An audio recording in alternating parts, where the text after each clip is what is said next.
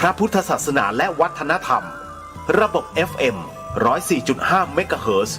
รายการต่อไปเป็นรายการพลังแห่งชีวิตดำเนินรายการโดยสุนัยเหล่าหาวิวัฒน์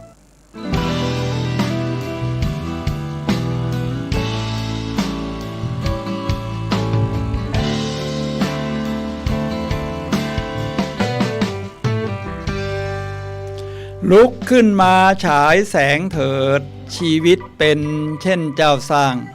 ขอต้อนรับเข้าสู่รายการพลังแห่งชีวิตรายการเพื่อการสร้างแรงบันดาลใจโดย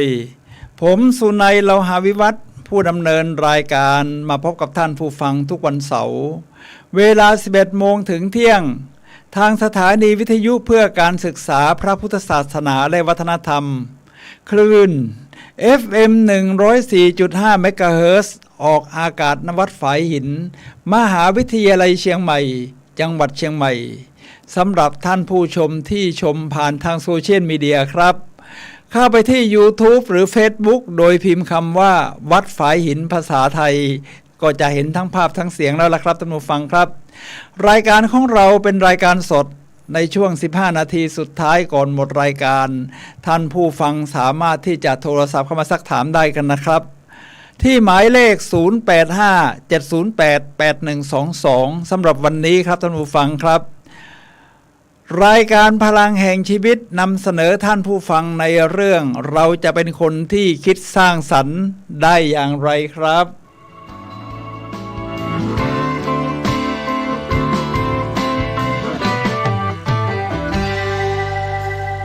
ท่านผู้ฟังครับมนุษย์นี่เป็นสัตว์ที่มีความคิดสร้างสรรค์นี่นะครับฉะนั้นทำให้มนุษย์ครองโลกได้ว่างั้นเถอะโฮโมซาเปียนสัตว์ผู้มีสติปัญญาการคิดสร้างสรรค์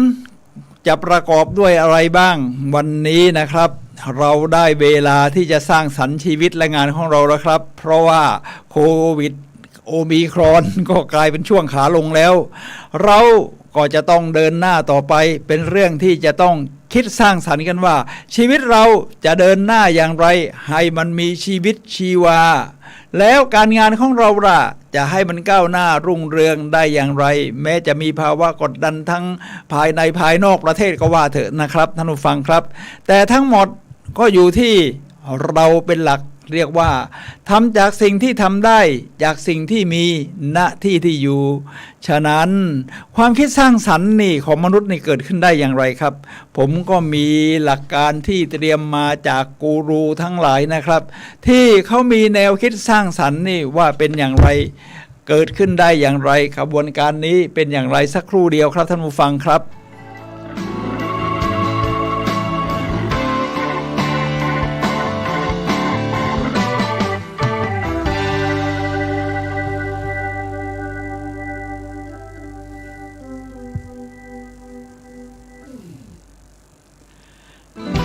ท่านผู้ฟังครับ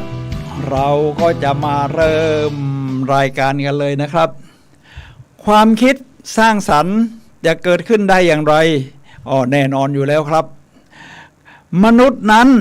เป็นสิ่งมีชีวิตที่เรียกว่ามีความฝันนะครับมีความฝันประกอบออกมาเป็นจินตนาการทีแรกก็เรียกว่าฝันก่อนฝันมันจะเป็นอย่างนั้นนะคือจากสิ่งที่ไม่เคยมีมาก่อนแล้วจะให้มันออกมาเป็นภาพเราก็ต้องสร้างฝันออกมาก่อนครับท่านผู้ฟังครับพอสร้างฝันเรามีสติปัญญาเราก็จินตนาการนึกว่าถ้าภาพมันเป็นอย่างนี้ช็อตต่อไปนี้มันจะเป็นอย่างไรแล้วเราลองมาปฏิบัติธรรมแล้วถ้าไม่ได้ผลก็ปรับเปลี่ยนไปเรื่อยๆด้วยความคิดสร้างสรรค์ของเราทีนี้ความคิดสร้างสรรค์นี่นะครับท่านผู้ฟังครับจะเกิดขึ้นได้อย่างไรก็ต่อเมื่อเราคิดนอกกรอบครับคิดนอกกรอบคือถ้าเหมือนกับเรามองภาพนี่นะถ้าเราอยู่ในภาพเราก็จะไม่เห็นภาพของเราเหมือนปลาไม่เห็นน้ำแต่ถ้าเราออกมานอกภาพนอกกรอบของรูปมองกลับไป เราจะเห็นภาพทีนี้การคิดนอกกรอบเนี่ยนะครับ มันเป็นเรื่องท้าทายของความเป็นมนุษย์เราพอมนุษย์เรานั้นอยู่กันเป็นสังคมเป็นหมู่ก็จะมีกฎกติกาเรียกว่าโซเชียลคอนโทรลมีการควบคุมทางสังคมแต่ว่าเนื่องจากมนุษย์เป็นสัตว์ที่มีความคิดสร้างสรรค์สูงก็จะมีคนประเภทว่าอ้าวทำอย่างนี้ถ้าเราทำอีกแบบหนึ่งที่ไม่เหมือนกับสิ่งที่เราเคยทำมาอะไรจะเกิดขึ้นแน่นอนอยู่แล้วนะครับความคิดสร้างสรรค์ถ้าเราจะดูจากประวัติศาสตร์นี่นะครับท่านผู้ฟังครับดูได้ชัดเจนในยุคของเรเนซองส์ยุคเรเนซองส์นี่เกิดขึ้นในศตวรรษที่15ซึ่งต่อเนื่องจากยุคก่อนหน้านี้ที่เราเรียกว่ายุคกลางของยุโรปหรือยุคมืดนั่นเองเพราะเป็นยุคที่ทำตามความดั้งเดิมปฏิบัติอย่างไรก็ทำมาอย่างนั้นเนี่ยนะครับท่านผู้ฟังครับเรียกว่าอยู่ในกรอบทีนี้เรเนซองส์นี่เกิดขึ้นที่ไหนเกิดขึ้นได้อย่างไรเอาละครับท่านผู้ฟังครับเรเนซองส์นี่เกิดขึ้นที่เมืองฟลอเรนซ์ประเทศอิตาลีตอนนั้นเขาก็ยังแบ่งเป็นนครรัฐกันอยู่เมื่อคนคิดว่าโอ้โหที่ทำกันมาดั้งเดิมหลายร้อยปีในยุคเรียกว่ายุคกลางเนี่ยนะครับมันไม่มีอะไรที่แปลกใหม่ทุกอย่างก็เป็นไปตามเงื่อนไขที่กำหนดออกมาจากตอนนั้นเรียกว่าศาสนาจักรครอบคลุมไปหมดเลยการศึกษาสรีระกายภาพของมนุษย์นี่ทำไม่ได้นะครับคุณจะไปวาดภาพเหมือนของว่าร่างกายมนุษย์นี่จะเป็นอย่างไรผิดกติกาประเพณีคุณจะศึกษาว่าเส้นเลือดดำเส้นเลือดแดงกล้ามเนื้อทำงานอย่างไรคุณจะไปผ่าศพนี่ทำไม่ได้นะครับแต่ตอนนี้เห็นไหมมันวิทยาการมันผ่านมาเวลาเรามีศพอุทิศให้กับทางโรงพยาบาลก็จะกลายเป็นครูใหญ่ของเราทีนี้ก็มีคนคิดนอกกรอบแล้วสิคนคิดนอกกรอบในยุคนั้นเนี่ยนะครับก็ต้องผ่านอุปสรรคมากมายเริ่มตั้งแต่ยุคกาลิเลโอดิกาลิเลโอนี่นะครับท่านผู้ฟังครับก็คิดนอกกรอบเพราะในคำสอนทั้งหลายที่เชื่อกันมาแบบดั้งเดิมในยุโรปยุคกลางเนี่ยนะครับว่าโลกเรานี่แบนสวรรค์นี่อยู่ข้างบน ประมาณนั้นทีนี้กาลิเลโอเขาก็ประดิษฐ์กล้องโทรทัศน์ขึ้นมาสำหรับส่องไปที่ดาวต่างๆโดยเฉพาะดวงจันทร์กาลิเลโอเนี่ยชอบดูดวงจันทร์นะครับท่านผู้ฟังครับไอ้ดวงจันทร์นี่ทำไมมันกลมๆทำไมไม่แบนล่ะ แล้วมันก็มีการหมายถึงไม่ได้อยู่กับที่มันก็เคลื่อนไปเคลื่อนมาเป็นวงโคจรนี่นะครับแล้วไอ้โลกเราล่ะกาลิเลโอคิดว่าโลกเรามันน่าจะกลมเหมือนกับดวงจันทร์หรือดาวดวงอื่นๆนะพอแค่นั้นครับประกาศออกไปว่าโลกกลมเนี่ยนะครับมีปัญหาอะไรครับเพราะคิดนอกกรอบนี่กาลิเลโอก็ถูกทางผู้ปกครองทั้งหลายที่ครอบคลุมว่าโลกแบนเนี่ยนะครับกดดันถึงขนาดกาลิเลโอนี่ถูกจำคุกแล้วก็ถูกบังคับให้กินยาพิษเป็นอย่างนั้นไปแต่เนื่องจากมนุษย์นี่ต้องการคิดสร้างสรรค์ครับมันจะไม่มีการยอมแพ้อยู่แค่นั้นไม่งั้นคนก็ยังคิดว่าโลกแบนอยู่สิครับจริงไหมครับท่านผู้ฟังครับก็มีคนรุ่นใหม่ๆขึ้นมาไม่ว่าจะเป็นไมเคิลแองเจโร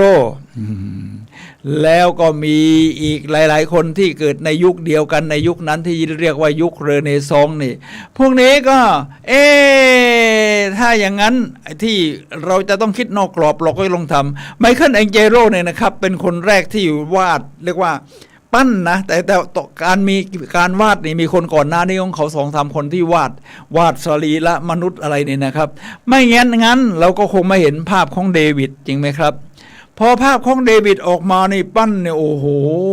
คนในยุคศตวรรษที่15นี่นะครับสามารถปั้นรูปเดวิดได้สวยงามมีกล้ามเนื้อเห็นเด่นชัดแบบนี้เลย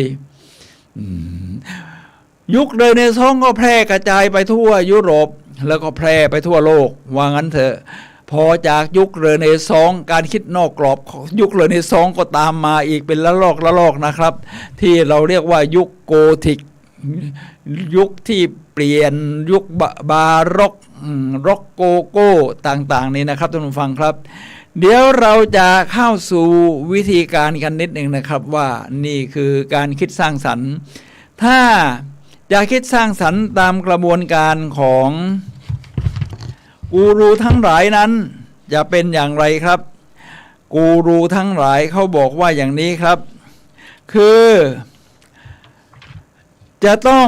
การที่จะเกิดนวัตกรรมใหม่ๆนี่นะครับในโลกนี้นี่เนื่องจากเกิดจากความคิดสร้างสรรค์ทั้งนั้นเกิดนวัตกรรมใหม่ๆมันมีขั้นตอนลำดับของความคิดสร้างสรรค์จะเกิดขึ้นนี่ออกมาอย่างไรครับสักครู่เดียวครับท่านผู้ฟังครับ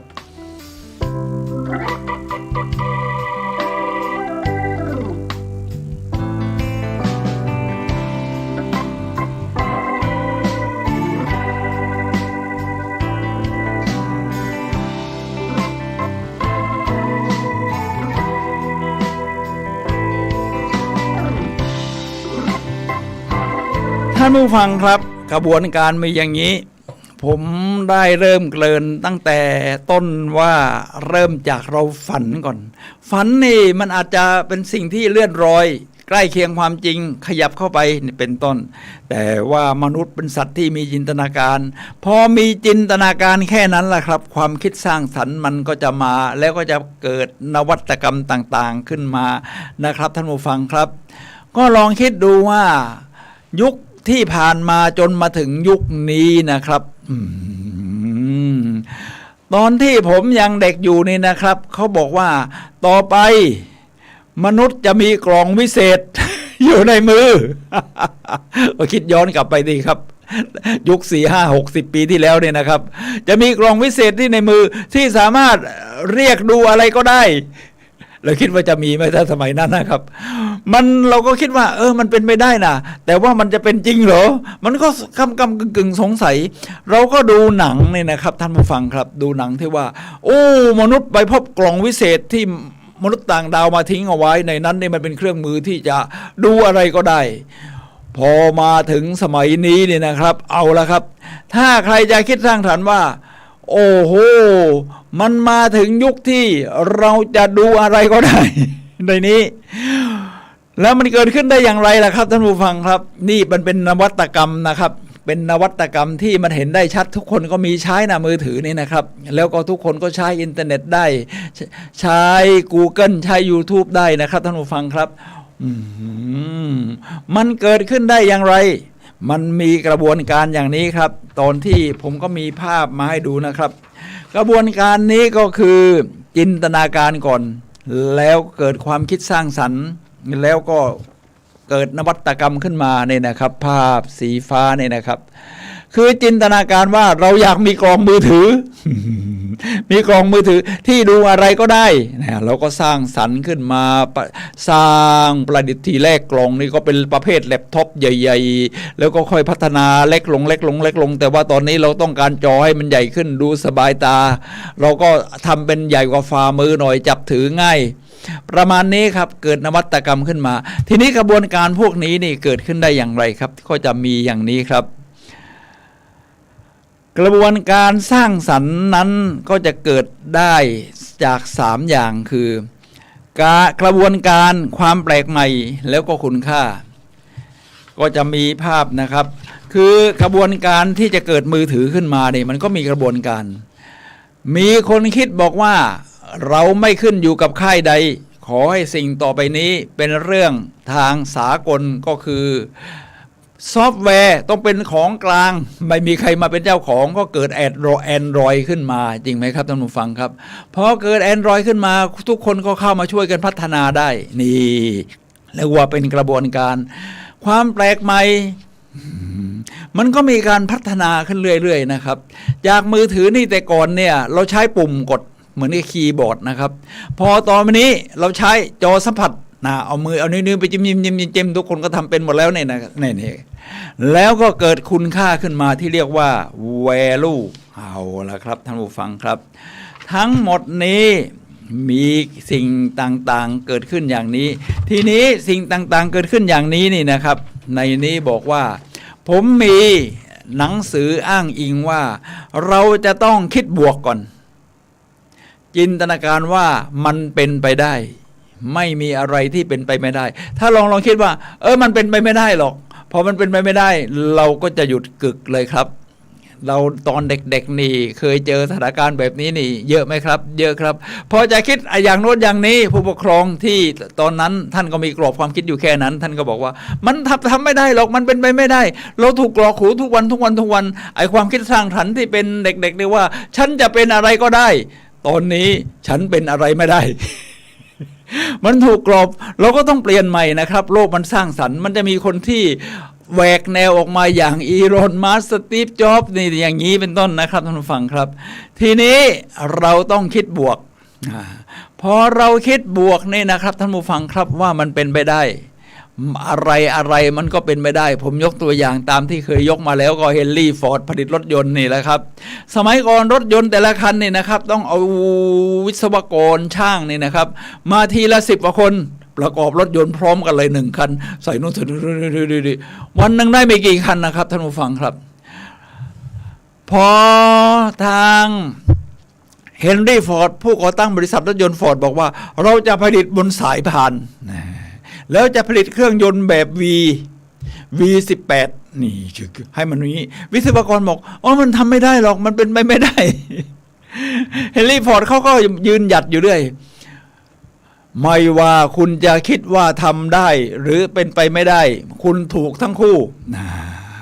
ถ้าคิดว่าเป็นไม่ได้เราก็หาช่องทางคิดว่าเป็นไปไม่ได้เราก็จะให้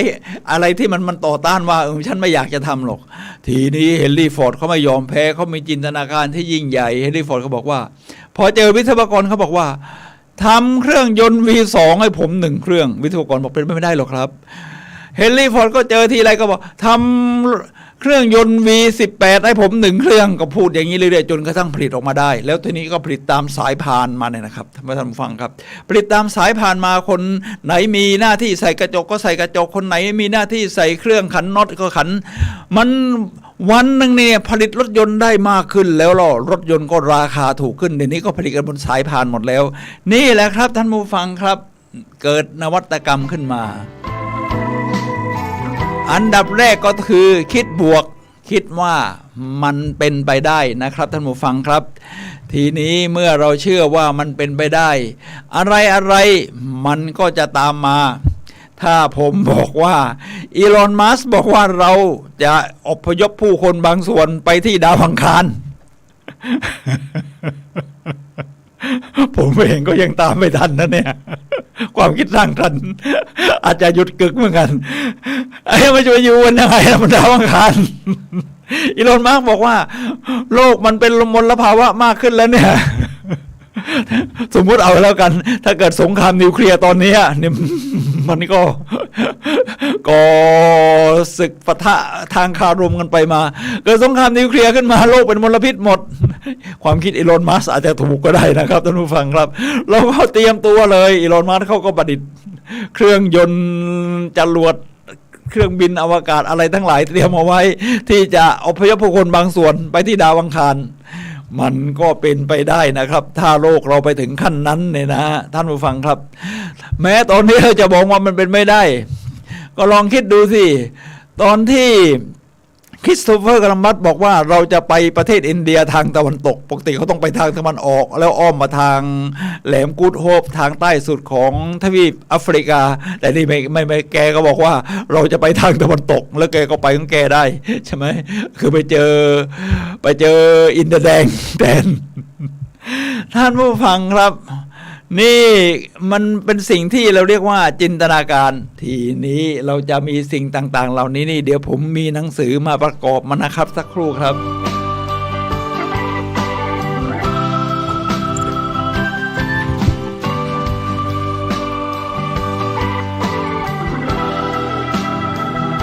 ท่านผู้ฟังครับวันนี้ถือว่าตอนนี้จะรีวิวหนังสือก็ว่าได้นะครับหนังสือนี้นี่ผมซื้อไว้ตั้งแต่ปี 2018 นะครับก็เป็นหนังสือที่เขียนเหมือนกับจะอ่านเล่นๆนะแต่พออ่านเข้าไปจริงๆมันก็ลึกซึ้งที่ผมเอามาตั้งเป็นหัวข้อสำหรับการคุยกันในรายการพลังแห่งชีวิตวันนี้ครับหนังสือนี้ชื่อว่าเราจะเป็นคนที่คิดสร้างสรรค์ ได้อย่างไรท่านไปหาซื้อนี่ผมว่าอาจจะยังมีอยู่นะอาจจะเป็นร้านมือสองหรือเสิร์ชเข้าไปใน Google Shopee อะไรอาจจะมีคนขายนะครับหนังสือที่หายากเสิร์ชเข้าไปใน Google นี่เดี๋ยวก็มันจะมีคนขายในหนังสือนี้บอกว่าเป็นหนังสือขายดีของเกาหลีเกาหลีนี่ก็เป็นประเทศที่มีนวัตกรรมออกมาที่ต่อต้านจากแรงประเพณีเดิมดั้งเดิมนี่มากมายนะครับจากยุคของกิมจิก็ยังกินกันอยู่ก็พัฒนามาจนมีอุตสาหกรรมทั้งมือถือทั้งอะไรที่หลากหลายมีศิลปะทางด้านการแสดงที่เป็นสินค้าส่งออกอย่างหนึ่งของเกาหลีนะครับส่งนักร้องออกนักเต้นออกมาในนี้บอกว่าจะต้องมี passion บวก positive thinking ผมก็พูดไปแล้วเรื่องการคิดบวกคือมองว่ามันเป็นไปได้สิ่งต่างๆจะมาสนับสนุนความคิดเราไอเดียเราฉะนั้นความคิดสร้างสรรค์มันก็จะเดินหน้าไปเรื่อยๆนะครับ passion คือเราทำแล้วนี่เราหลงไหลฉันทำแล้วฉันมีความสุขฉันเกิดโฟลว์ลื่นไหลไม่มีอะไรสะดุดเดี๋ยวเราจะเจาะดูเข้าไปข้างในนะครับในนี้เขาจะแบ่งเป็นหมวดผมก็บอกว่า Creative มีคือหรือต้องเริ่มจากตัวเองก่อนทุกอย่างจะเกิดขึ้นได้ก็ต้องเริ่มจากตัวเองก่อนนะครับคือไม่ต้องบอกว่าคุณทำก่อนที่สิ่งนั้นเกิดขึ้นก่อนที่สิ่งนี้ขึ้นก่อนที่ต้อง Creative มีเริ่มจากฉันคิดสร้างสรรค์เป็นยังไงในนี้เขาก็แบ่งเป็นหมวดหมู่อย่างนี้นะครับเขาบอกว่าแข็งแกร่งนะครับจุดหัวใจแรกของเขาคือการคิดบวกหรือ positive thinking ตามที่ผมพูดไปแล้วเพราะหัวข้อนี้เป็นหัวข้อใหญ่นะครับท่านผู้ฟังครับ positive thinking นี่คือมองต่างสิ่งต่างๆไปเป็นบวกว่ามันจะเกิดสิ่งที่ดีเกิดขึ้นกับกระบวนการคิดของเรานะครับทีนี้พอมาในหัวข้อถัดมานะครับผมก็พับเอาไว้อย่างนี้ว่าไม่มีอะไรเป็นไปไม่ได้เขาก็ยกตัวอย่างมูฮัมหมัดอาลีกับลูกสาวเขานะครับลูกสาวของมูฮัมหมัดอาลีนี่ก็เป็นนักชกหญิงนะครับทีนี้หัวข้อนี้เราเกริ่นไปบ้างแล้วเราก็จะไปถึงตรงนี้ครับคุณงดงามกว่าที่ตัวเองคิดการที่เราคิดสร้างสรรค์ไม่ออกนี่นะครับท่านผู้ฟังครับเพราะเราไม่นับถือตัวเองหรือนับถือน้อยเห็นว่าตัวเองด้อยค่าจริงๆแล้วเนี่ยเรามีสิ่งที่เป็นความยอดเยี่ยมอยู่ข้างในทุกคน people have all the resource to success ผู้คนมีทรัพยากรที่จะประสบความสำเร็จอยู่ข้างในทุกคนนะครับท่านผู้ฟังครับขอยืนยันว่าทุกคนฉะนั้นไอ้ที่คิดว่าฉันไม่เอาไหนนะฉันทำไม่ได้หรอกมันไม่จริงครับมันมีสิ่งต่างๆที่ซ่อนอยู่ข้างในของคุณมากมายครับคุณงดงามกว่าที่ตัวเองคิดครับในนี้แคมเปญภาพสเก็ตความงามที่แท้จริงเขาก็มีภาพประกอบนะครับว่านักวาดรูปจะต้องวาดรูปอะไรอย่างไรนี่นะครับเราก็จินตนาการวาดให้มันยอดเยี่ยมได้อย่างไรครับทีนี้พอมาถึงตรงนี้ครับท่านผู้ฟังครับในนี้บอกว่าเสียงหัวเราะคือเครื่องมือพลิกชีวิตที่ทรงพลังที่สุดแล้วมันมาเกี่ยวกับความคิดสร้างสรรค์ได้อย่างไรแน่นอนอยู่แล้วมันบวกเข้ากับการคิดในแง่บวกemotional อารมณ์ดีนี่มันทำให้ความคิดสร้างสรรค์มันเจิดจ้าเพราะว่าเวลาเราหัวเราะนี่นะครับท่านผู้ฟังครับ ประมาณนี้เอนโดฟินเซโรโทนินที่เป็นฮอร์โมนชั้นดีมันก็จะหลั่งพอมันหลั่งในโลกมันก็จะเปิดกว้างนะครับอะไรมันก็เป็นไปได้ฉะนั้นคนที่หัวเราะเก่งนี่นะครับท่านผู้ฟังครับก็จะมีความคิดสร้างสรรค์ที่ยอดเยี่ยมลองไปดูนักจินตนาการทั้งหลายเอาตัวอย่างง่ายๆแม้คุณเป็นนักบริหารเป็นนักธุรกิจนี่นะครับ CEO ที่หัวเราะเก่งนี่นะครับจะสร้างสรรค์ให้บริษัทมีนวัตกรรมใหม่ๆออกมาได้เรื่อยๆครับส่วน CEO ที่น่าเครียดไม่หัวเราะนี่นะครับแจ็คเวล มันจะต้องมีคนเก่งแค่10%ที่เหลือนี่ไม่เก่งที่อยู่ท้ายๆถูกคัดออกไอ้ทฤษฎีบริหารแบบนี้นี่มันล้าสมัยแล้วครับล้าสมัยแล้ว ของ EG อ่ะมันล้าสมัยแล้วจริงไหมครับท่านผู้ฟังครับฉะนั้นไอ้ที่ว่าไอ้คนท็อปเท่านั้นที่อยู่ได้ไม่จริงครับเพราะทุกคนมีศักยภาพเราสามารถเปิดทางให้เขาคิดสร้างสรรค์ได้ในนี้บอกว่าเสียงหัวเราะฉะนั้นเสียงหัวเราะจึงเป็นสิ่งจำเป็นนะครับท่านผู้ฟังครับถ้าหัวเราะไม่ออกทำยังไงครับบางทีมันก็ต้องฝืนนะเช้ามานี่ผมก็ต้องฝึกทุกวันเลยครับไปยืนหน้ากระจกเสร็จแล้วมองตัวเองว่าจะเป็นเทพบุตรหรือเทพธิดามาโอ้โหปรากฏต่อหน้าเราก็แล้วก็ยิ้มให้ไม่พอเขาหัวเราะ ประมาณนี้ครับแค่นั้นนะทั้งวันความคิดสร้างสรรค์ไหลกระฉูดครับท่านผู้ฟังครับ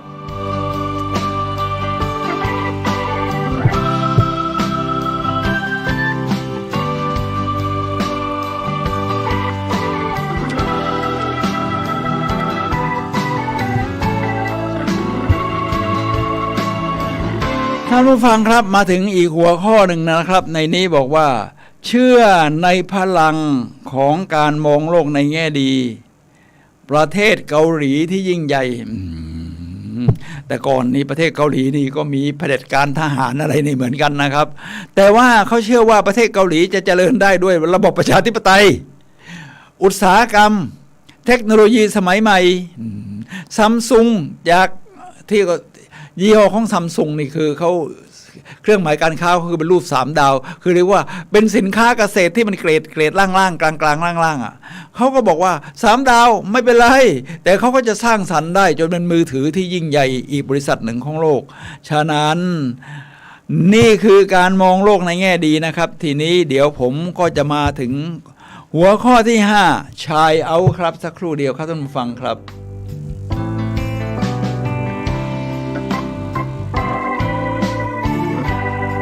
ท่านผู้ฟังครับขณะนี้ท่านกำลังรับฟังรายการพลังแห่งชีวิตรายการเพื่อการสร้างแรงบันดาลใจโดยผมสุนัย เลาหะวิวัฒน์ผู้ดำเนินรายการนะครับมาพบกับท่านผู้ฟังทุกวันเสาร์เวลา 11 โมงถึงเที่ยงทางสถานีวิทยุเพื่อการศึกษาพระพุทธศาสนาในวัฒนธรรมนะครับ FM 104.5 เมกะเฮิรตซ์เชียงใหม่วันนี้เราคุยกันในเรื่องเราจะเป็นคนที่คิดสร้างสรรค์ได้อย่างไร how to นะครับเราเข้าได้ผ่านกระบวนการต่างๆเริ่มตั้งแต่ฝันนะครับคิดนอกกรอบคิดมองโลกในแง่บวกสิ่งต่างๆมันเป็นไปได้ทีนี้ท่านผู้ฟังครับเมื่อเรามีสิ่งต่างๆเหล่านี้นี่มันต้องฉายแสงออกมานะครับเหมือนกับที่เราขึ้นต้นรายการวิทยุพลังแห่งชีวิตว่าลุกขึ้นมาฉายแสงเถิดชีวิตเป็นเช่นเจ้าสร้างเราต้องออกมาฉายแสงนะครับในนี้ใช้ชื่อว่าฉายเอาฉายแสงของเราออกไปเมื่อประสบความสำเร็จก็ต้องโชว์เมื่อโชว์ไปแล้วนี่แน่นอนผลตอบรับนี่เป็นเรื่องที่เกิดขึ้นข้างนอกคือเกิดขึ้นเนี่ยเหมือนกับเราหรือเหมือนเราเขียนหนังสือสักเล่มหนึ่งทำคลิป YouTube สักคลิปหนึ่งส่งลงไปในโซเชียลมีเดียพอส่งไปแล้วนี่นะครับเหมือนกับเราปล่อยลูกที่โตเต็มที่แล้วเหมือนกับเรามีลูกมีหลานเนี่ยออกไปเผชิญโลกให้โลกเขาตัดสินคุณแล้วไม่ต้องไประแวงสงสัยประงบประขมอยู่คุณก็คิดมาครีเอทีฟลูกใหม่ขึ้นมาลูกคนที่2ที่3ขึ้นมาผลิตออกมาแล้วก็ฉายแสงออกไปอีก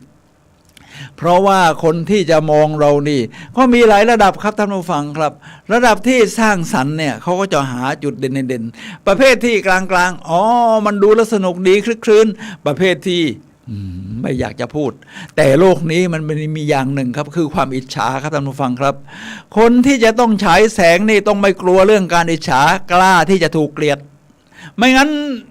คุณจะคิดนอกกรอบได้ยังไงมันก็ทำตามกันไปจะได้ไม่มีใครว่าอันเฟรด แอดเลอร์จิตวิทยาชาวเวียนนาในยุคซิกมันฟรอยด์บอกว่าเราต้องคิดนอกกรอบทางจิตวิทยาไม่เอาตามซิกมันฟรอยด์แล้วไอ้คิดเลยเรื่องอะไรนะปมอะไรเรื่องเพศ เราต้องสร้างสรรค์จากภายในของเราที่เป็นแพชชั่นเนี่ยมันออกเป็นเรื่องอะไรของแพชชั่นมันก็มีการพัฒนาการมาฉะนั้นเราจะต้องฉายแสงออกไปนะครับฉายแสงออกไปนี่เดี๋ยวเราจะสามารถพูดได้ในหัวข้อเดี๋ยวครั้งต่อไปจะพูดเรื่องฉายแสงของภาษากายบ้างนะครับทีนี้เราจะต้องมีแพชชั่นครับในนี้บอกว่าปลุกพลังตัวเองปั้นตัวเองนะครับให้ออกมาฉายแสงก็คือแพชชั่นนะครับทีนี้แพชชั่นนี่เขาบอกเขาวัดออกมาได้อย่างนี้เลยผมดูในนี้นะครับเขาบอกว่าแต่ละคนนี่นะครับคิดสร้างสรรค์ออกมาอย่างไรนะครับเอดิสันนี่ครับมีแพชชั่นนี่วัดเป็นคะแนนเทียบกันเอดิสันมีแพชชั่น 1,093 นะฟอร์ดรถยนต์ฟอร์ด650แล้วก็มีเดี๋ยวผมปิกัสโซบาร์กนี่เป็นคีย์ตากวีที่แต่งซิมโฟนีรุ่นแรกของเพลงประเภทคลาสสิก 1,080 ปิกัสโซว่าชอบวาดรูปเป็นเหลี่ยมทรงเลขาคณิตเนี่ยนะครับ 2,000 สูงสุดเลยแหวกแนวคิดนอกกรอบวาดแล้วไม่ต้องวาดผู้หญิงไม่ต้องเหมือนผู้หญิงก็ได้ เสร็จแล้วก็มีของโมซาร์ท600นะโมซาร์ทแล้วก็มีของอะไรนะครับมีไอน์สไตน์นะครับแพชชั่นมีของอีกหลายคนนะครับพวกนี้ก็จะมีแพชชั่นออกมาปฏิบัติการให้เห็นฉะนั้นเราก็มีหน้าที่ต้องหาแพชชั่นของเราให้เจอนะครับว่าทำอย่างนี้ฉันหลงไหลเพราะว่าคิดสร้างสรรค์อย่างเดียวนี่ไม่พอมันต้องมีเรียกว่าความชอบของเราด้วยทำแล้วมันมีความสุขมันลื่นไหลสิ่งต่างๆเหล่านี้เราอยากจะทำนะถึงไม่ได้เงินยังเอาเลยประมาณนั้นนะครับท่านผู้ฟังครับ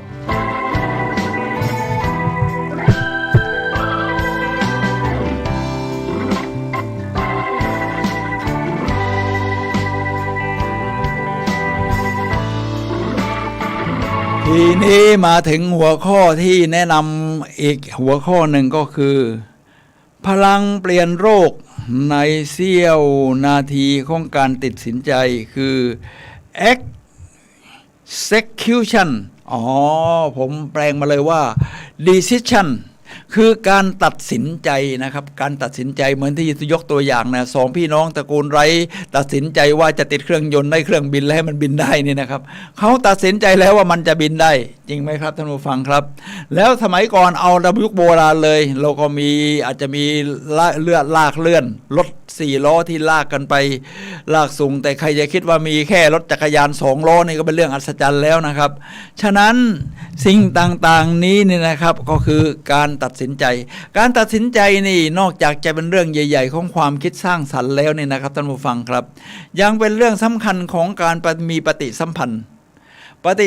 ธ์นี่เราก็สามารถสร้างสรรค์ได้เราจะเลี้ยงลูกให้เป็นคนสร้างสรรค์ได้อย่างไรเราจะสร้างสรรค์ตัวเองในวิธีการเลี้ยงลูกได้อย่างไรแน่นอนครับยิ่งเป็นลูกสมัยนี้ผมเพิ่งอ่านบทความมานะครับอาจจะเป็นประชดประชันก็ได้ครับอาจจะไม่ได้เป็นอย่างนี้ทุกครอบครัวบอกว่าสมัยก่อนเนี่ยผมเนี่ยเป็นเด็กๆเนี่ยนะครับจะต้องกลับจากโรงเรียนตักน้ำใส่ตุ่มหุงข้าวเตรียมไว้แล้วก็รอแม่กลับมาแค่ทำกับข้าวก็พร้อมกินได้ผมต้องล้างจานหลังจากกินข้าวเสร็จเนี่ยสมัยเด็กๆพอมาถึงสมัยนี้ประชดประชันลูกกลับมาจากโรงเรียนมันไม่ทำอะไร มันยกมือถือขึ้นมาแล้วก็เล่นเกมรอให้แม่ทำทุกอย่างมาให้แดกมาให้แดกไม่ใช่ภาษานี้เราฟังเราดูเดือดท่านผู้ฟังครับถ้าจะเลี้ยงลูกให้มีประสิทธิภาพยอดเยี่ยมเนี่ยคุณต้องใช้สิ่งนี้เพื่อให้เกิดความสร้างสรรค์ในการเลี้ยงลูกหรือปฏิสัมพันธ์กับลูกนะครับคือการตัดสินใจเมื่อเลี้ยงลูกเนี่ยนะครับเด็กสมัยนี้ได้รับการตามใจอะไรกันแบบนี้ตามที่เราเห็นเนื่องจากมีอุปกรณ์ต่างๆที่จะสื่อสารเข้ามาเวลาเด็กงอแงนี่นะครับท่านผู้ฟังครับเด็กงอแงเช่นว่าเวลาเขาจะขึ้นไปนอนเตียงของตัวเองก็มีแต่ไม่นอนดันมานอนแผ่หลาอยู่กลางเตียงของพ่อแม่พอเป็นอย่างนี้นะครับพ่อแม่ต้องทำยังไงครับพ่อแม่ต้องตัดสินใจนะครับแม่ต้องตัดสินใจ ถ้าแม่ขยิกขยักบอกว่าหนูวันนี้ไปนอนเตียงหนูสิขยิกขยักเด็กรู้เลยนะครับว่ายังไม่ตัดสินใจยังไม่เดซิชั่นแต่ถ้าพ่อแม่บอกว่าไม่ได้ตั้งแต่วันนี้เป็นต้นไปหนูจะต้องไปนอนที่เตียงของหนูเด็กเขารู้เลยว่านี่คือพ่อแม่ตัดสินใจแล้วนะเขาก็ต้องมีระเบียบวินัยมากขึ้นนี่คือการตัดสินใจเรามาใช้กับชีวิตของเราได้ในหลายๆเรื่องเลยทีเดียวนะครับคือการตัดสินใจนี่แหละครับท่านผู้ฟังครับทีนี้ความคิดสร้างสรรค์อย่างอื่นแล้วครับคนกล้า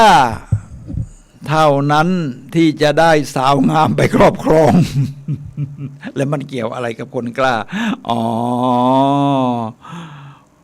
คนที่แข็งแกร่งท้าทายไม่สิ้นสุดคนกล้าเขาเรียกว่าใครๆกล้าที่จะถูกเกลียดคือกล้าเนี่ยหมายความว่าไม่ใช่กล้าไปเสี่ยงเป็นเสี่ยงตายทางกายภาพคือกล้าทางจิตใจนะครับเมื่อคุณกล้าทางจิตใจร่างกายของคุณจะไปด้วยผมเคยเห็นคนที่เดินขี่คือลากเลื่อนไปคนเดียวอะนะในขั้วโลกเหนือไปคนเดียวเขาก็ต้องมีความกล้าที่จะเผชิญความหนาวเผชิญความโดดเดี่ยวความอดอยากที่เขาจะต้องเตรียมพร้อมเรื่องอาหารให้พอผมยกตัวอย่างคนไทยหมูกับวันครับท่านผู้ฟังครับท่านอาจจะเคยได้ยินข่าวเคยได้อ่านหนังสือของหนุ่มสาวสองคนนี้ตอนนี้ก็คงอายุเลยหนุ่มสาวมานิดหน่อยแล้วนะครับหมูกับวันนี่นะครับท่านผู้ฟังครับเป็นคู่คนไทยคู่แรกคือเป็นสามีภรรยากันนะครับที่ขี่จักรยานรอบโลกโอ้โหผมไปซื้อหนังสือเข้ามา4 เล่มเลยนะผมว่าอย่างนี้นะคิดสร้างสรรค์ใครจะคิดนะครับว่าขี่จักรยานนี่นะครับจะขี่ปั่นไปรอบโลกมันทำได้อย่างไรต้องมีความคิดสร้างสรรค์สูงสุดหนึ่งเขาต้องหัดปั่นจักรยานก่อนจริงไหมครับหัดปั่นจักรยานให้ร่างกายแข็งแรงกล้ามเนื้อหลังแข็งแรงเท้าแขนไม่ได้นานๆ2จะต้องศึกษาแผนที่แต่ละจุดคุณต้องสร้างสรรค์นะเวลาจะศึกษาแผนที่แต่ละจุดนะครับจากเมืองไทยลงไปทางมาเลเซียข้ามไปยังอินโดนีเซีย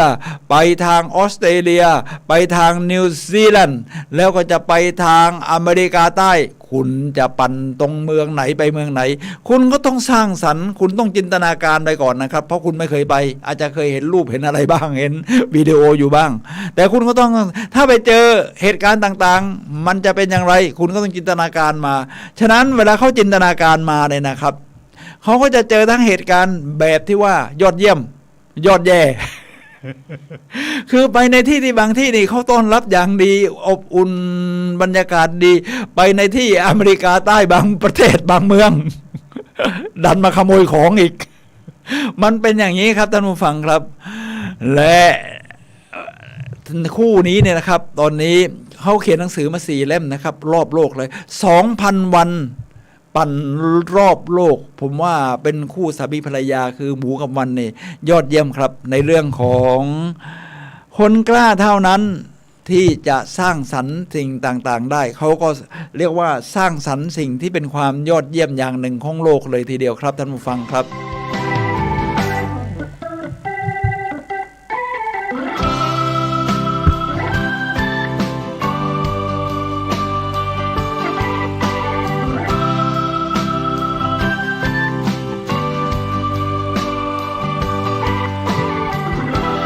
ท่านผู้ฟังครับเราจะเป็นคนคิดสร้างสรรค์และนำมาใช้จริงนำมาปฏิบัติเกิดนวัตกรรมได้จริงเนี่ยคุณต้องหัดบันทึกนะ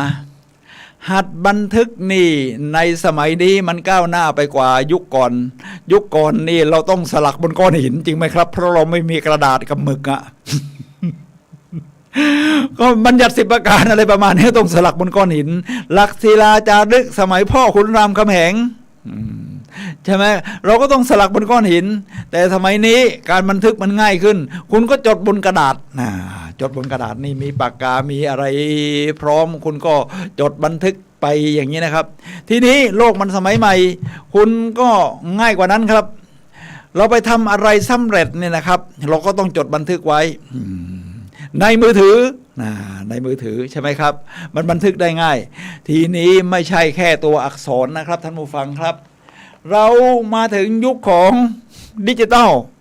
เราก็มีกล้องถ่ายรูปดิจิตอลมือถือนี่ทำได้ทุกอย่างทั้งถ่ายวิดีโอด้วยก็ได้หรือจะเอากล้องแบบมืออาชีพก็ได้ถ่ายวิดีโอถ่ายรูปได้หมด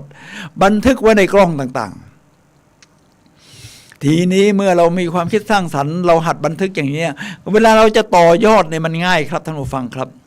ผมเนี่ยบันทึกไว้ตั้งแต่สมัยโบราณที่มันยังไม่เป็นดิจิตอลรูปต่างๆมันยังเป็นฟิล์มอยู่ผมเดินทางเที่ยวมาแล้วนี่นะครับเมื่อ30 ปีก่อนเริ่มเดินทางเนี่ยนะครับสมัยนั้นยังใช้ฟิล์มก็ถ่ายก็ต้องประหยัดนะครับวันนี้เที่ยวตรงนี้จะถ่ายแค่1 ม้วนหรือ2 ม้วนนี่ต้องประหยัดตรงนี้เช็คมาตรงนี้คล้ายๆกันไม่เอาสมัยนี้ดิจิตอลถ่ายเท่าไหร่ก็ได้ทีนี้เมื่อเราไปมาแล้วเนี่ยนะครับสิ่งที่เราบันทึกไว้แบบนี้นะครับผมเสียดายบางคนที่เดินทางเที่ยวกันมาเยอะนะครับแต่ว่าไม่ค่อยได้บันทึกการบันทึกเนี่ยมันเป็นการทบทวนชีวิตเราผมเอารูปที่ถ่ายที่เที่ยวรอบโลกมาตั้งแต่ยุโรปอเมริกานะครับมาดูแล้วก็บันทึกแบบโบราณก็คือจดใส่กระดาษไว้แล้วผมก็บันทึกว่าไปถึงเมืองไหนแล้วก็เอามาสแกนเข้าเครื่องสแกนเนอร์กลายเป็นดิจิตอลก็มาตัดต่อลง YouTube ได้ทีนี้เราจะจำได้อย่างไรครับเพราะเราบันทึกไว้ผมมาถึงตอนหนึ่งครับที่คุยกับคุณสิรินันท์ภรรยาที่เป็นคู่สีภรรยาที่เป็นคู่เดินทางรอบโลกของผมเนี่ยนะครับพอมาถึงจุดหนึ่งเราไปมาดริดประเทศสเปนแล้วมันจำไม่ได้ครับพอเราค้นรูปมาดูเพื่อเตรียมที่จะทำวิดีโอลง YouTube เราไปนั่งรถไฟใต้ดินที่มาดริดด้วยเหรอ ผมเนี่ยจำไม่ได้ครับถ้าไม่บันทึกไว้เนี่ยนะครับท่านผู้ฟังครับพอดูรูปแล้วค่อยๆทวนมันมีบันทึกไว้ว่าตอนนี้ทางหัวหน้าทัวร์ปล่อยให้เป็นเวลาว่างอิสระใครอยากจะไปเดินตรงไหนตามใจชอบตรงบริเวณนี่ใกล้ๆโรงแรมเนี่ยก็ไปเดินได้เราไปนั่งรถไฟใต้ดินในสมัยเมื่อถ้าสเปนก็สัก20 ปีก่อนโอ้โหมันก็เจริญรุ่งเรืองแล้วนี่แหละครับท่านผู้ฟังครับการจดบันทึกจะทำให้คุณมาสร้างสรรค์ได้ง่ายเวลาคุณจะสร้างสรรค์เป็นวิดีโอคลิปท่องเที่ยวเนี่ยนะครับมันเป็นการทบทวนความจำของคุณ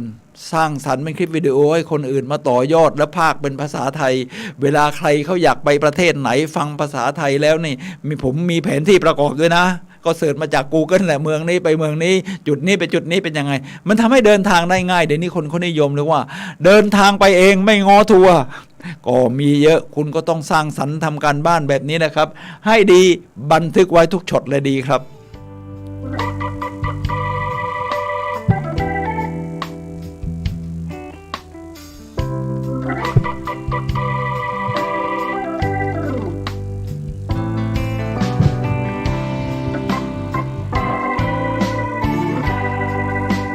ท่านผู้ฟังครับขณะนี้เราเหลือเวลา13 นาทีสุดท้ายก่อนหมดรายการท่านผู้ฟังสามารถโทรศัพท์เข้ามาซักถามได้นะครับที่หมายเลข0857088122 ในเรื่องเราจะเป็นคนที่คิดสร้างสรรค์ได้อย่างไรครับ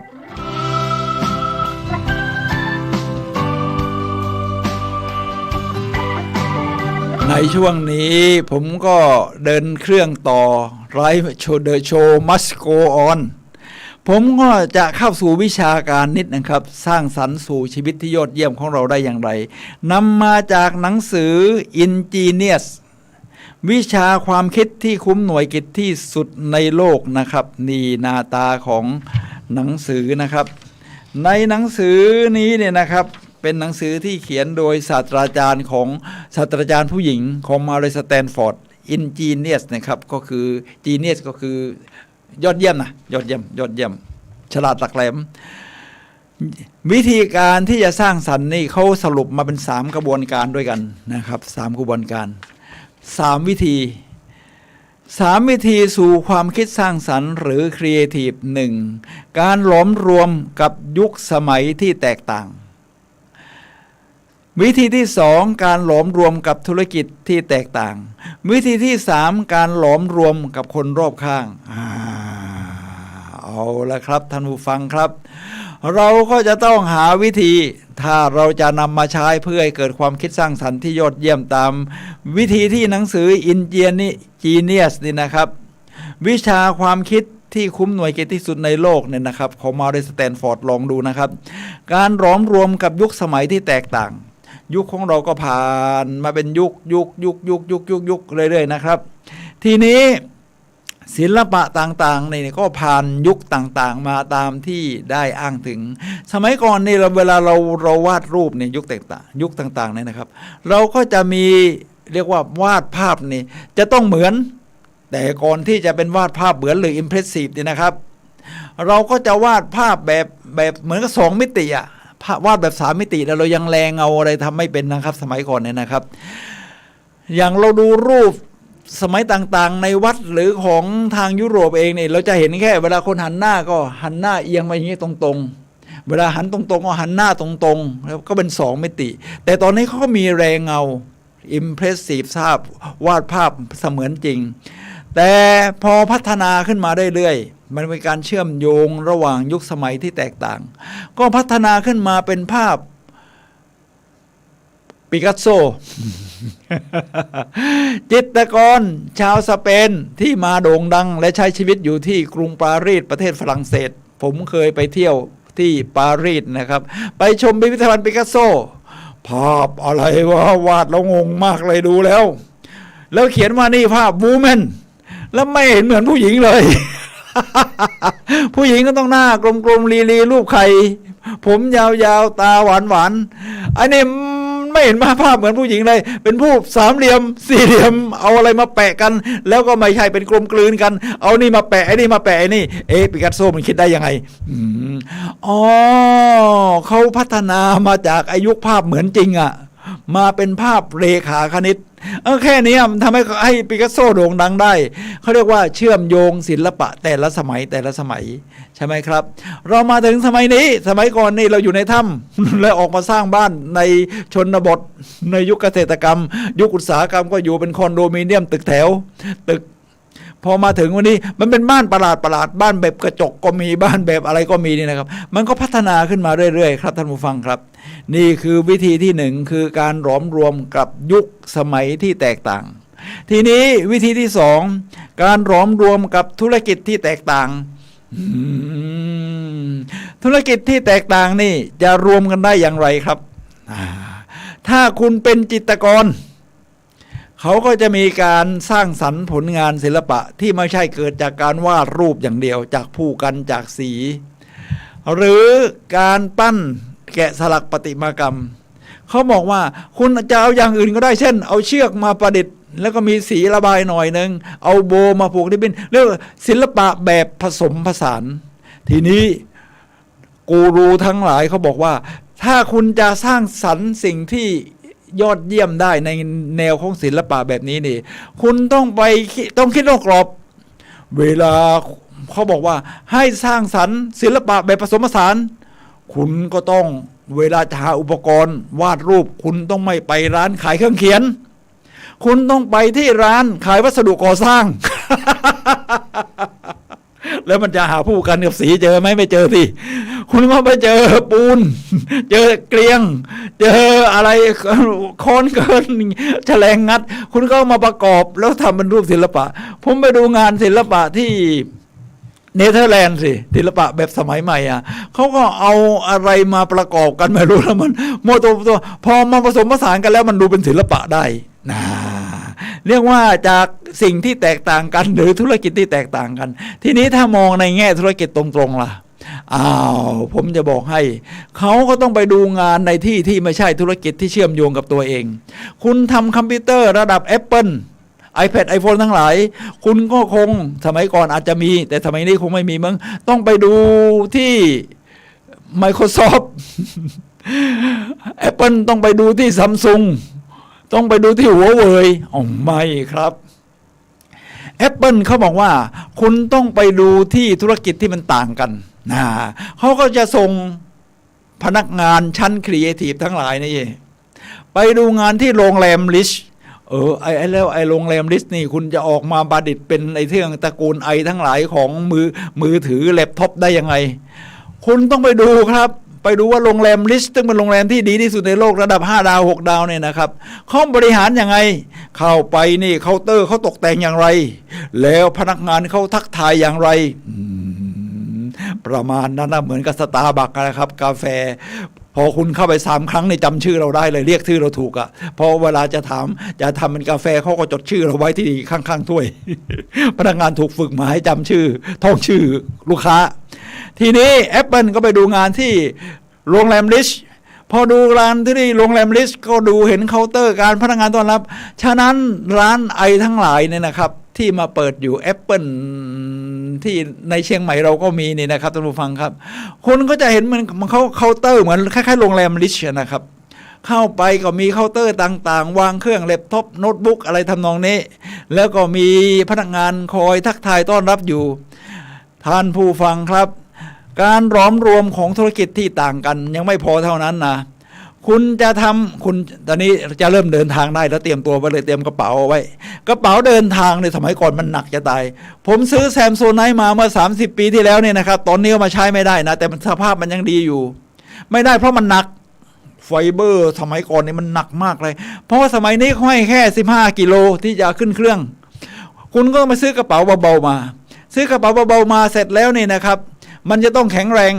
แล้วก็แต่ก่อนคุณต้องใช้วิธีลากทีนี้ไม่ต้องลากคุณเอามาตั้งเฉยๆแล้วคุณก็เอานิ้วชี้ผลักมันก็ไปประมาณนั้นมันก็มีอีกตระกูลหนึ่งครับโอ้โหกระเป๋าตระกูลนี้เกิดขึ้นในยุโรปครับแล้วจ้างใครมาทำ จะคิดสร้างสรรค์นี่คุณคงไม่จ้างหลุยส์วิสตองหรือแซมโซไนท์มาออกแบบกระเป๋าแบบรุ่นใหม่คุณก็ต้องไปจ้างผู้บริหารบริษัท BM ทำอะไรรถยนต์สร้างบริษัทรถจ้างผู้บริหารรถยนต์เนี่ยนะครับบริษัทรถยนต์เนี่ยมาผลิตกระเป๋าออกแบบกระเป๋าออกแบบมาแล้วเป็นยังไงรูปทรงมันเหมือนกับรถยนต์มากกว่าเวลาจะเปิดก๊อกแก๊กก๊อกแก๊กมือถือจับนี่มันเหมือนประตูรถกระเป๋ารุ่นนี้กลับขายดีเพราะว่าหรูหราเหมือนกับรถยนต์ BMW ประมาณนั้นนี่คือข้อที่2การหลอมรวมกับธุรกิจที่แตกต่างคุณเกิดครีเอทีฟขึ้นทีนี้ข้อที่3การหลอมรวมกับคนรอบข้างหลอมรวมกับคนรอบข้างในเราสามารถศึกษาได้เหมือนกับที่สุภาษิตจีนเขาบอกไว้แล้วนะครับ3 คนเดินมาคนหนึ่งเป็นครูของเราได้เราก็ใช้วิธีแลกเปลี่ยนความรู้กัน1 บวก 1แลกความรู้กันนี่มันได้มากกว่า2มันกลายเป็น3 4 5แม้กระทั่งปิกัสโซก็หลอมรวมคนรอบข้างคือสมัยก่อนนี่เวลาเราจะเป็นจิตรกรเกิดใหม่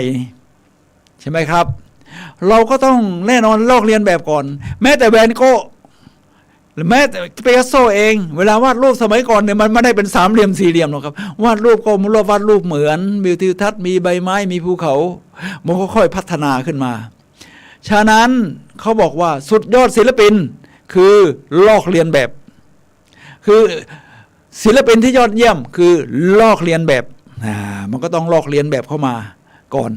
แล้วก็ค่อยๆพัฒนาเป็นของตัวเองเราล้อมรวมกันเหมือนกับแวนโก้เขาก็มีเพื่อนอยู่แล้วก็ปิกัสโซเขาก็มีเพื่อนอยู่เขาก็ลอกเรียนกันไปมาทีนี้เมื่อลอกเรียนแบบแล้วเนี่ยครับปิกัสโซยังบอกไม่พอสุดยอดศิลปินต้องขโมยขโมยนี่คือหมายถึงว่าคนรอบข้างแต่เราไม่ได้เป็นเพื่อนกับเขาเราก็ก๊อปปี้มาเลยครับก๊อปปี้มาแล้วค่อยๆมาดัดแปลงจากรูปเหมือนกลายเป็นรูป3 เหลี่ยม ของรูปวาดของปิกัสโซนี่แหละครับท่านผู้ฟังครับการหลอมรวมกับคนรอบข้างในเราก็ทำได้ผมยกตัวอย่างชาแนลตระกูลดังของพวกกระเป๋าพวกเสื้อผ้าอะไรแต่ชาแนลนี่เป็นผู้หญิงกำพร้าสมัยเด็กก็ต้องมาอยู่กับแม่ชีฉะนั้นเขาก็หลอมรวมกับแม่ชีก่อนดิแม่ชีมีแต่ผ้าขาวกับดำใช่ไหมเสื้อผ้าของชาแนลในรุ่นแรกออกมาก็มีแต่ขาวกับดำนั่นหลอมรวม2ตอนหลังเขาแต่งงานโอ้ได้คนไฮโซสามีเป็นไฮโซขี่ม้าตีโปโลตีลูก ที่อยู่บนพื้นโปโลก็ใช้วิธีแต่งตัวแบบรัดกุมเหมือนนั่นคนขี่ม้าเขาเรียกว่าพัฒนาไปเรื่อยๆเขาไปกินอาหารที่ร้านนี้โอ้โหเขาประดิษฐ์จานมีที่รองจานเวลาเขาผลิตเสื้อผ้ามาก็คล้ายๆที่รองจานประมาณนี้ครับท่านผู้ฟังครับนี่คือวิธีที่3การหลอมรวมกับคนรอบข้างท่านผู้ฟังครับทั้งคุณทั้งผมเราจะเป็นคนที่มีความคิดสร้างสรรค์ได้อย่างไรดีนะครับเราสามารถเริ่มต้นได้จาก positive thinking คิดบวกแล้วเชื่อว่าทุกอย่างเป็นไปได้และให้ดีนี่นะครับต้องหัวเราะด้วยครับ นี่คือช่วงเวลาสุดท้ายของรายการพลังแห่งชีวิตนะครับผมสุนัย ลหวิวัฒน์และรายการพลังแห่งชีวิตขอลาท่านผู้ฟังไปก่อนพบกันใหม่วันเสาร์หน้าเวลา 11 โมงถึงเที่ยงทางคลื่น FM 104.5 เมกะเฮิรตซ์วัดฝายหินครับ